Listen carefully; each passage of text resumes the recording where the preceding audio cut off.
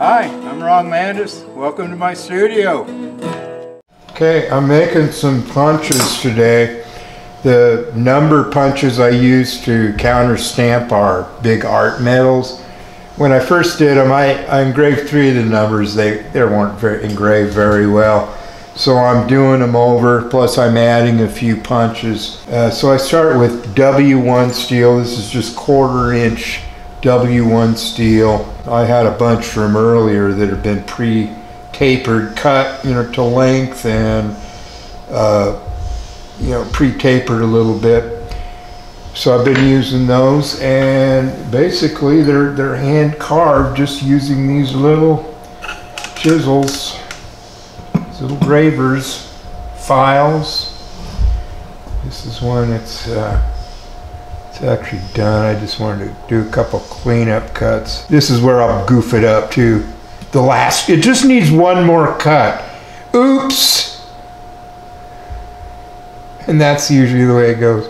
Start over, file it down.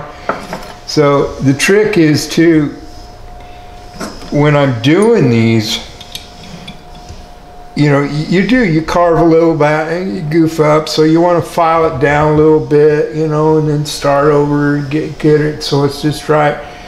But the trick is keeping the end perfectly perpendicular.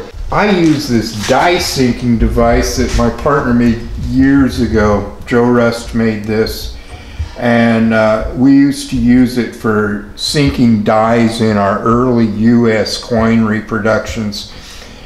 I always felt that, they did use punches to sink their dies. So they would have had this. Believe me, I've tried to do it with handheld punches. It does not work. I don't care what skill level you're at. You need some mechanical assistance to get proper and perfect. Just a couple of thousandths of an inch on a few letters, your line is all over the place. So we built this so I can do really accurate placing. So when I make my punches, I use this device, and I have a hardened steel die. It's just been surface ground flat, and I use this for lapping. I'll use 600 grit sandpaper, and see, I can just pull that underneath there, and what that does, it keeps it square, so I'm not filing off to an angle. So this is pretty much ready to do. But when I'm preparing a new punch, see if I have one here. I think this is a blank. Yeah. So when I'm preparing I'll use a really coarse, this is carbide paper here from an old belt. That way I can really grind it down. I'll start with a file if I really need to get it bigger here. But it always has to be flat, so I'll work it a little bit, engrave it, take it just a light lap just to knock off the burrs. You go too far, now your lines are too wide, so it's really delicate back and forth between lapping it and engraving it till I come up with something really sharp. And these number punches, these are the new ones I've done. I did the 2 over because it didn't have a ball end. It just didn't look right without that ball end. The 9 the same way, but the 3 looked really horrible. So I did another one with a flat top and ball ends instead of, it was just this horrible thing I had. Did the 3, the 2, and the 9/6 over. And I mark them at the bottom. So I know, like, this 6 is this way. Turn it upside down, there's the 9. So when I'm using it in here, I know which part is bottom. You always have to have some sort of an indicator, otherwise if you don't keep track of it, you're putting them sideways or something. So you always want to mark the bottoms of them. So these are all ready to go. So these punches put in an incuse numeral. Some of these punches I'm using are kind of like a small coining die, and they're just flat surface, and I engrave the letters into it. So it produces a little badge with raised letters in it. I use that for my hallmark, my RL mark. And also for my date punches, I already engraved my 2021 date stamp for these art medals. It's a Roman numeral. It's MMXXI. M's are 1000, X are 10, and I is 1. So it'll be 2021. That's what this is. It's the new date punch. Now when I do these, I check them out. My friend Tom Maringer runs a private mint in Springdale called the Shire Mint, I think it's called. And he does these cool fantasy coins for Lord of the Rings, I think, trilogy. He's done them for Game of Thrones.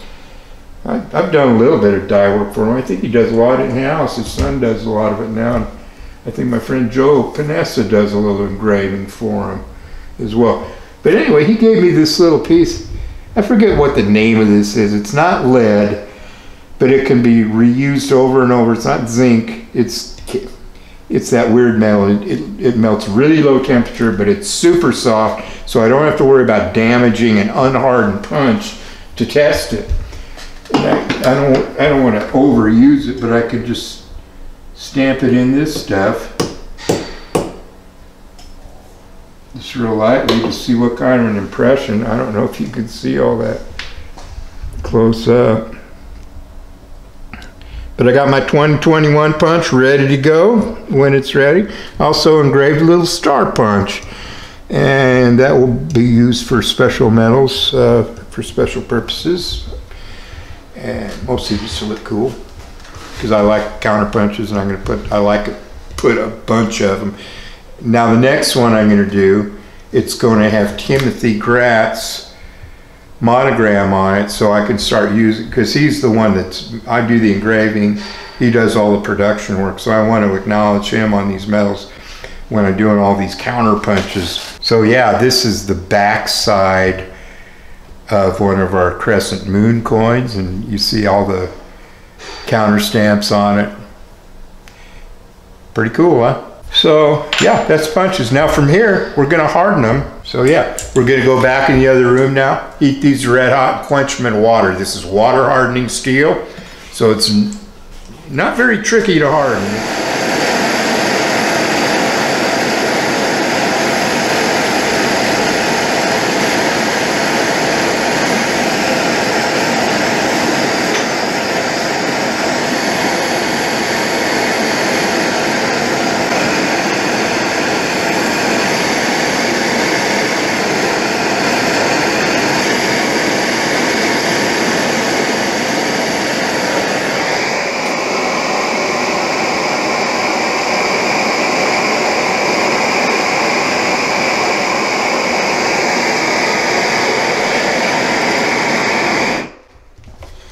All right, they're all quenched now. Notice when I was quenching, you want to go straight down. If you put it in at an angle, it can warp it a little bit, and then it won't fit back into my die sinking machine.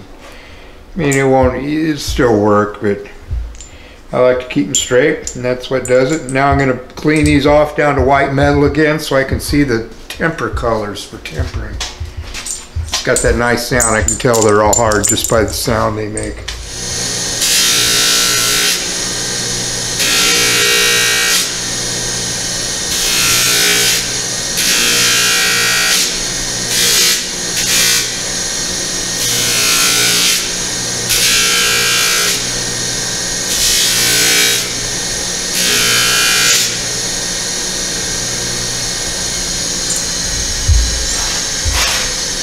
Shiny. All right, they've all been hardened, and now they're too hardened to work. If I used it now, I'd break them. They'd shatter probably after a few strokes. So you need to temper it. And I do this under a lower flame, very slowly. And you just want to get a nice, even heat, slow heat, and you want to watch. The reason we took it down to white metal there so I can see the colors when they start to come out. And they'll start to turn a light straw color, and then it'll get darker brown, and then turn into purple, and then finally blue. So I want to keep it just a nice sort of golden straw color. And that's about a nice balance between hardness and toughness. Probably put it about a Rockwell 58 around in there. But also I tend to kind of heat them more on the back, on the hammer end of them, because the hammer is going to be hitting it, and they can be tempered back a little bit where the hammers.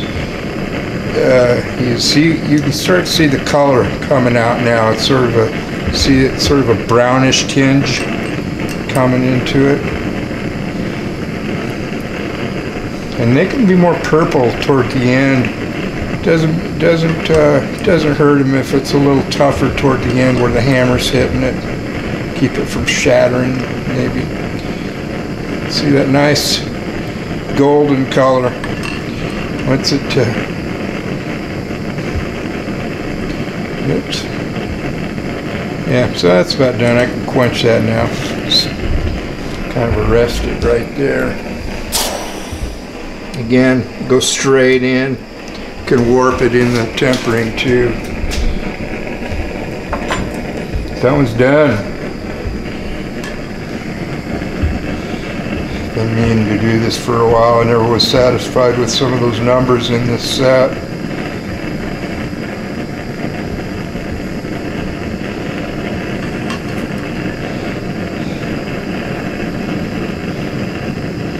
Take your time. I tend to rush this sometimes, but just kind of want to get a nice even heat.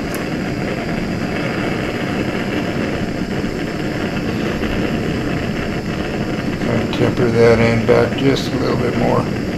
You do that with knives too. Guys will keep the edge real hard, and then kind of temper the back spline a little more so it gives it a little flexibility. Correct me if I'm probably off base on that, but I think that's how a lot of the knife makers do it.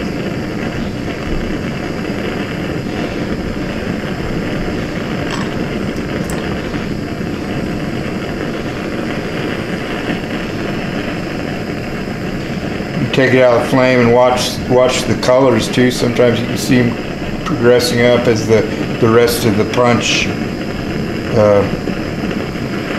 conducts the heat. Now you can see the end turning there now.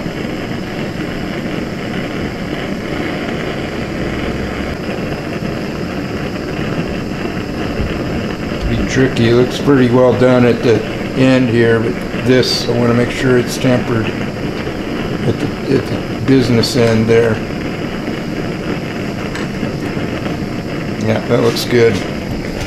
Straight in. I do these for a lot of my own work. I do not take custom orders on these punches though. I'm too busy with other stuff, otherwise I would. I do know some people. I think Daniel Urea does custom Hallmarks punches. He's on my Facebook friends list. Check him out. He does some cool stamping punches. He does it all by hand, just like this too. Files, engravers. Get a lot of detail. That's how I like them. Kind of blue to the hammer end, and light straw on the business end.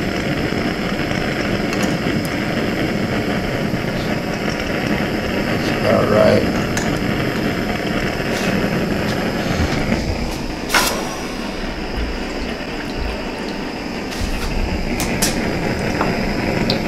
Two to go.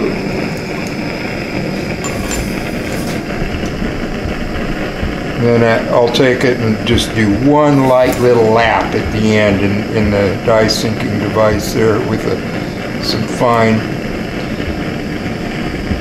emery or 600 sandpaper probably, just to clean up the end, and then we'll be ready to use.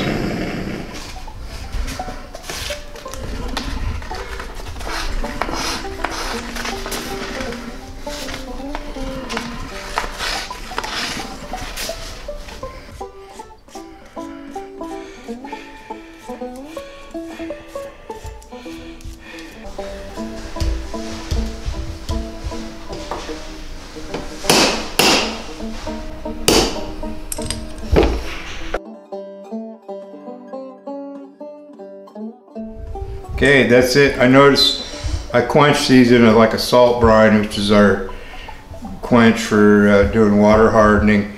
I don't want to leave that on here because that can contaminate the steel, so I'm going to go brush it off one more time and call these done. Thanks for watching.